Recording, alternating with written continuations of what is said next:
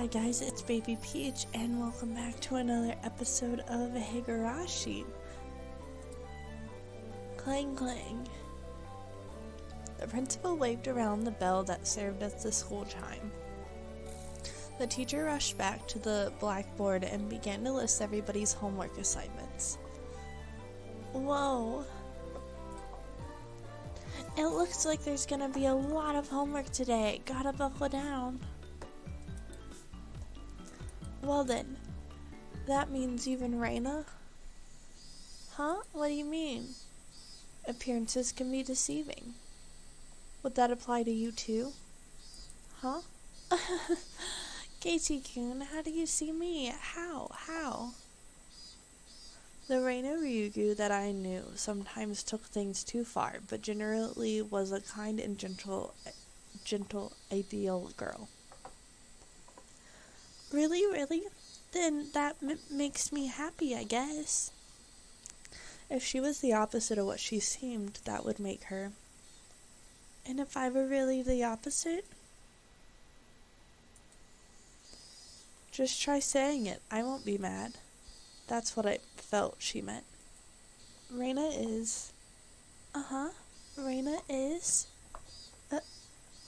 even if you were the opposite, you'd still be Raina, right? This question shouldn't have been so nerve-wracking to answer, but maybe it was because the person in question was staring at me. But even saying that took a strange amount of effort. That's no fair, Keiichi-kun. It bothers me when you say it that way. Hell. Perhaps unable to endure my silence, Raina's face began to burn with embarrassment. Raina! Kei-chan, let's go home. Mion walked over and started getting ready to go home. Whenever school is over, she really does get noticeably more energetic.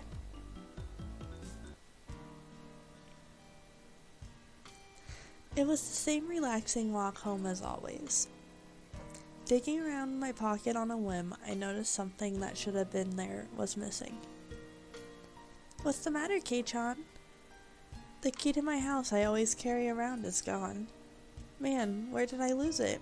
It's fine today since my parents are home, but still, this is bad. That sure is troublesome.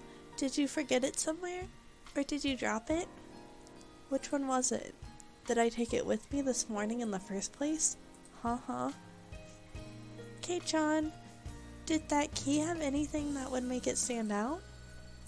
Yeah, it's on a keychain. It was a blue fur seal, something I made for summer homework a long time ago. Huh? Does it have its eyes shut like it's taking a nap? Oh, how did you know? Yeah, that's it. Mion looked away and began to whistle. I see. You went for dinner at Angel Mort a couple days ago, right? That night the staff found a key.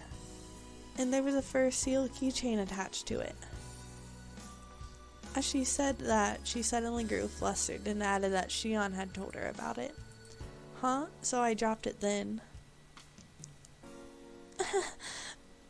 But aren't you glad they found it? I'm sure they're looking after it for you. That's right, why don't you go? Shion looks the same as me, so you'll know her by sight. That was a rather unexpected development. Once again, I had no choice but to go and meet with Shion. But I also had to thank her for the bento from yesterday. Besides, taking some time and chatting with this other side of Mion might be interesting. Half jokingly, I began to think about things like this. Right, Angel Mort, was it? I'll head over to Shion's restaurant and get my key back. While I'm at it, having a nice spot of tea might not be a bad idea. You sound like an English gentleman. That totally doesn't suit you, Kei-chan. Is this the restaurant? The one that Mi-chan's little sister is working at? Yeah, why don't we go together, Raina? Sorry to disappoint you, but I have other plans with my father today. Some other time. Raina seemed pretty disappointed about having to miss such a great opportunity. You said they're twins, but do they really look that much alike? Enough to mistake which is which? Yeah, they're totally the same, at least on the outside. Unlike Mion, she's well-mannered and really cute though. In response to my teasing, Mion pouted and began to argue with me. I couldn't help but burst out laughing at Mion's little farce. After all, they weren't just identical, they were the same person.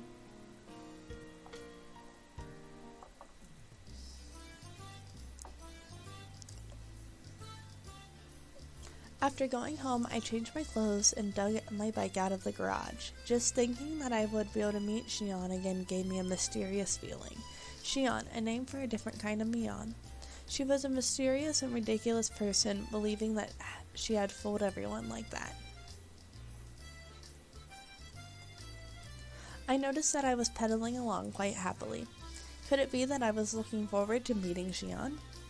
I felt a sense of giddy anticipation, like I was headed towards a new friend's house for the first time. What Raina said about Mion actually being really feminine sprang to my mind once again.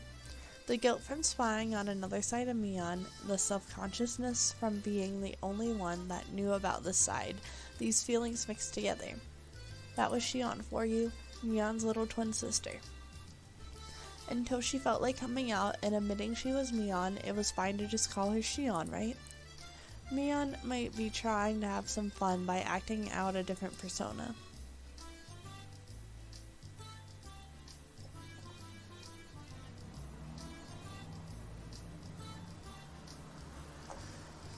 As I reached the top of the steep hill, the horizon expanded before me. I was almost at the station.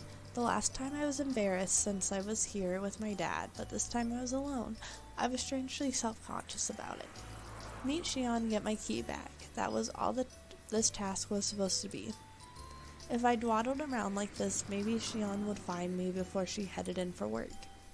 Hey, what are you doing, Keiichi Maibara? You're just here to get your key back, you know?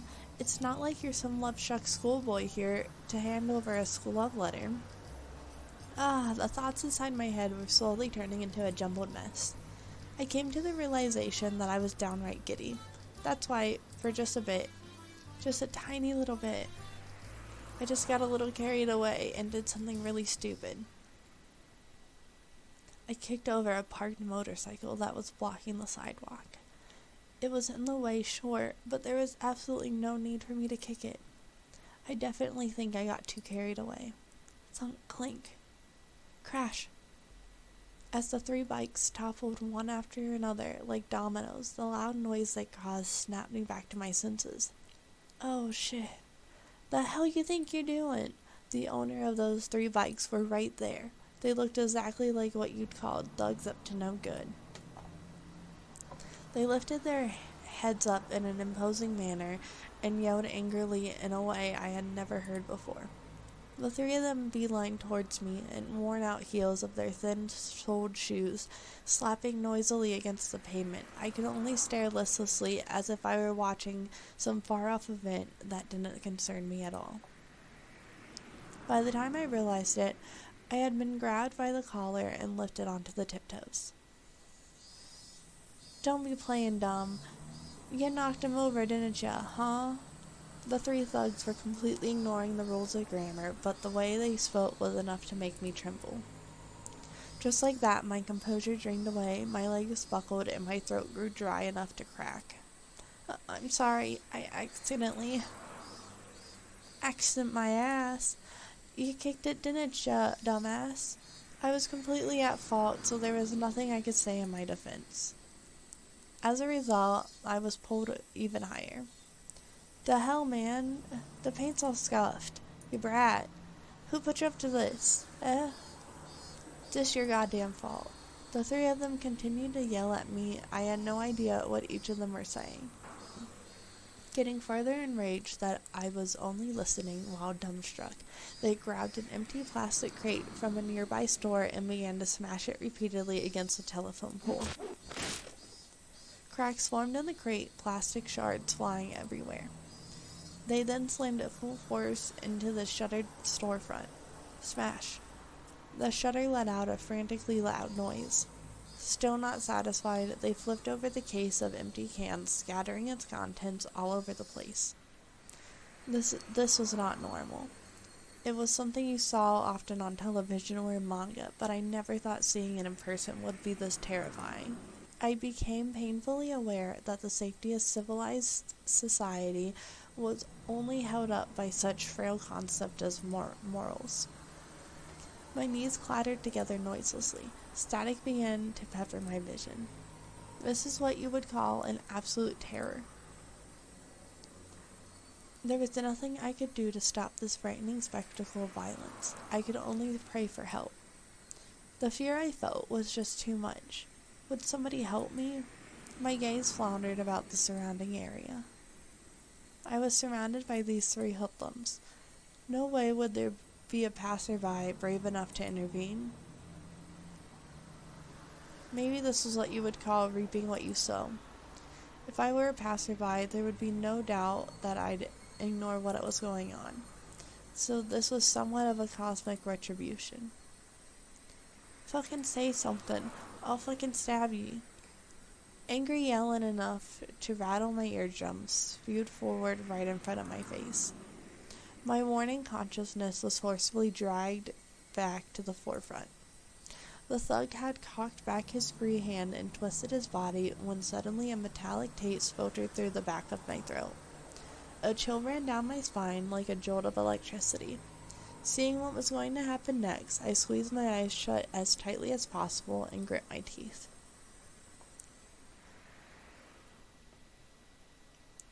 You're making quite the racket, you stupid pieces of trash. Get out of my sight. The voice was a short distance away. Still holding me by my collar, the three thugs spun around to look behind them. The fuck you say? Standing there was Mion. She stood there displaying an imposing stature that I've never seen before. She didn't have the same look on her face as she did when we were playing around during club. Those were the eyes that would instill fear in anyone who looked upon them, the eyes of a raptor. They were the epitome of terror, at the same time they were the most reassuring things in the world. I'll only say this one more time. Let go of K-chan and get lost. Mion, without an ounce of fear, laid down her ultimatum. Of course, there was no way that these three wouldn't go absolutely berserk. The situation instantly turned explosively dangerous. You fucking bitch. I'll fucking smash your head in. Stop it, Mion. These guys are like rabid dogs. No amount of bluffing will work. Mion, it's dangerous. I knew what I was trying to say was pathetic, but I couldn't let Mion get involved in this. No matter how he looked at it, Mion was only bluffing. But did Mion even know the meaning of the word bluff?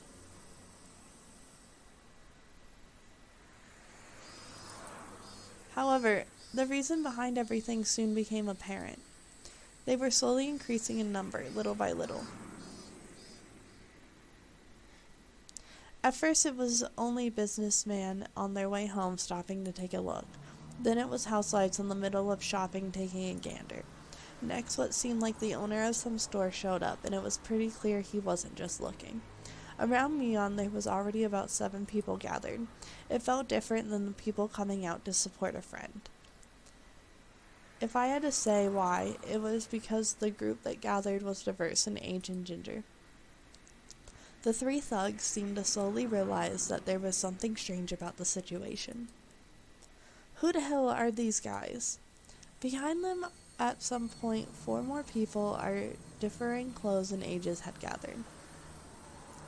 The girl who looked to be in middle school, a man wearing a bakery apron, an old lady in a house cleaning smock, more and more people of various ages. 3 gazes comparable to Mion's were of hostility, of intimidation. Before I realized it, over 10 people had formed a ring around us. At the moment, 5 elementary schoolers ran in and joined the circle. There were some familiar faces. Some of them were classmates. Then these people were residents of Hinamizawa. More and more people from Hinamizawa gathered around. In obvious contrast, the residents of Okinomiya were passing by as quickly as possible. The fuck are you guys? Go the fuck away. The group surrounding us had suddenly swelled to around 20 people. Completely encircled, the faces of the thugs began to show the first signs of panic. Nobody spoke a word, Mian included. That made everything completely unnatural and, depending on which side you were on, completely terrifying.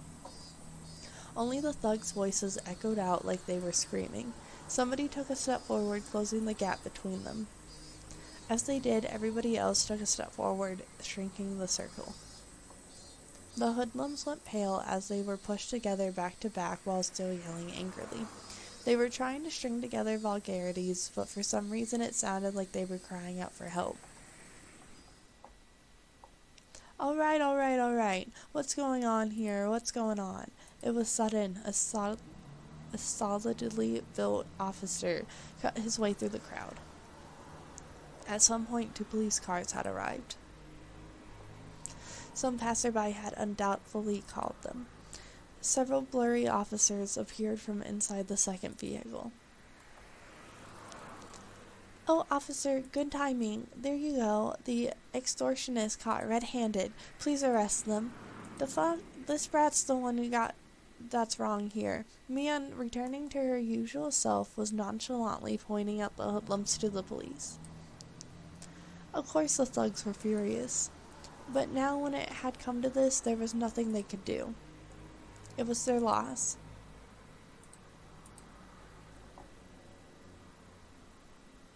Okay. Come over here for a sec. Come on already. The officers handcuffed the thugs and dragged them toward the patrol cars.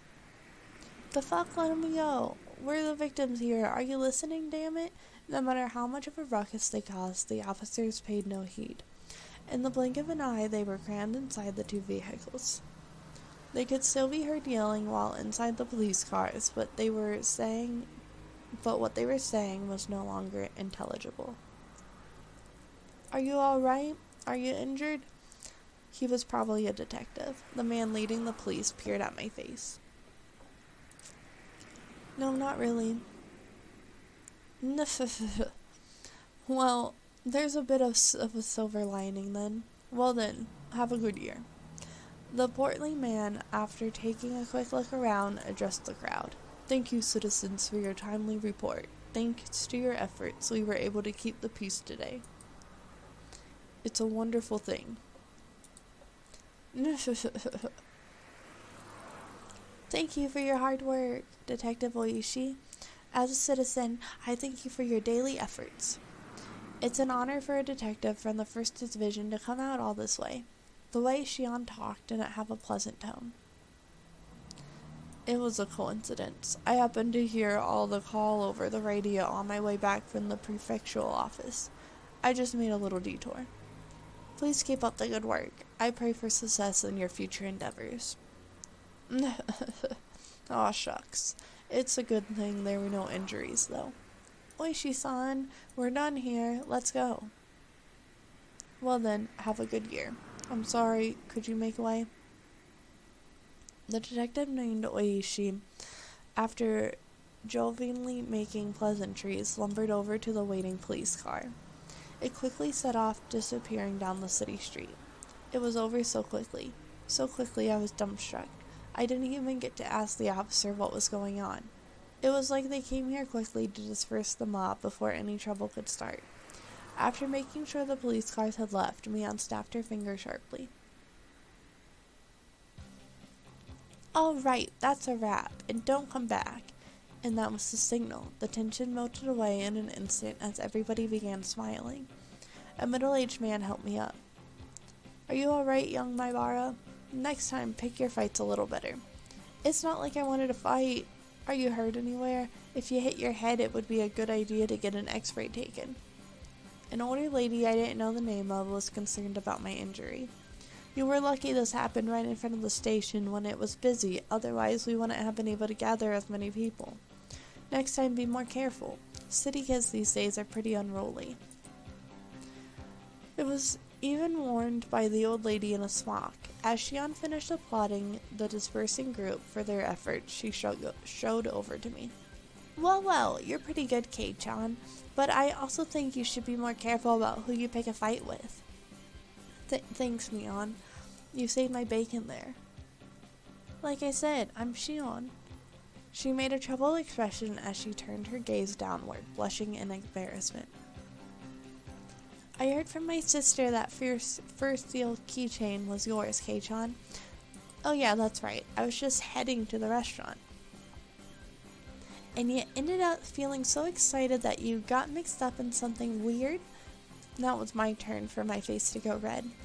I didn't want to admit it, that she was spot on. Well, I was just unlucky, but you really saved me, Shion. You don't have to thank me, so if you see somebody else getting bullied, help them out, okay? We value that kind of thing very highly here. I was very well versed in that sense of camaraderie. But the way I was rescued just now, something seemed a little off about that. While I was helped out, it was honestly to an almost disturbingly degree. You're coming into the restaurant, right? You must be tired, so why don't you relax for a bit? My treat. Seems that she caught the glimmer of suspicion in my eyes. Without waiting for my answer, Shion began walking.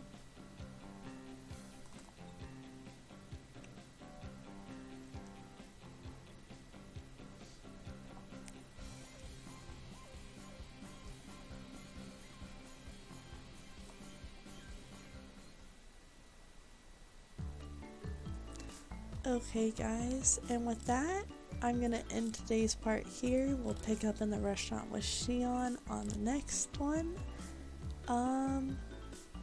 For those listening on YouTube, thank you for supporting. I also have a podcast version. Should be up just about anywhere you can listen to podcasts under Baby Peach Speaks, same as my second channel.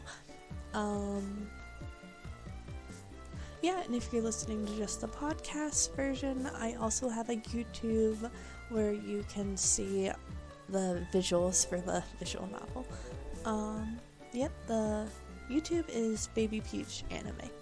So, I hope you guys have a nice rest of your day. Have a good one. See you in the next episode.